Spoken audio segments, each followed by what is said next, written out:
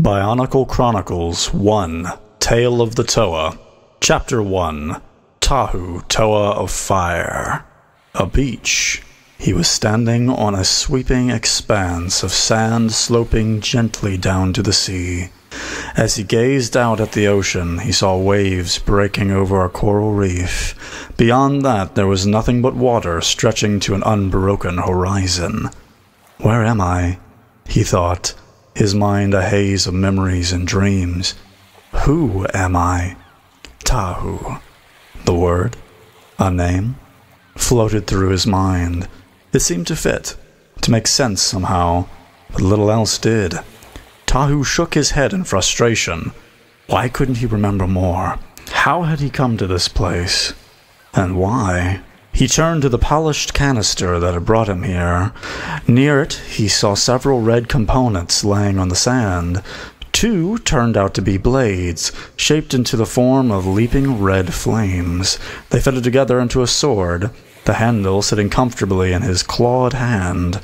But when he swung the sword, it felt heavy and awkward. He scowled. "Useless hunk of metal," he muttered, jabbing the blade into the sand. Then he noticed the mask.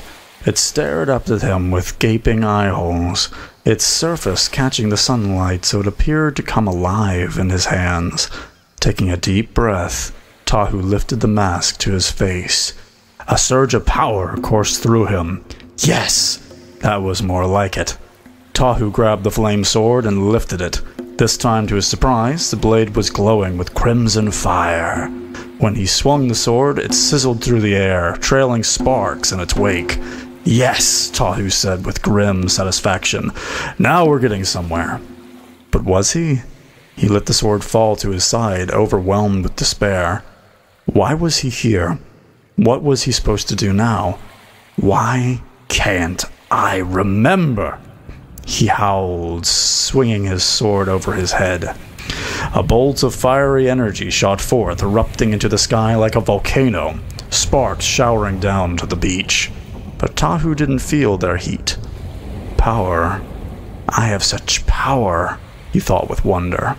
The power of fire, of heat and flame. But where does it come from? What is it for? More questions, and still he had no answers. Not knowing made him shake with frustration and rage.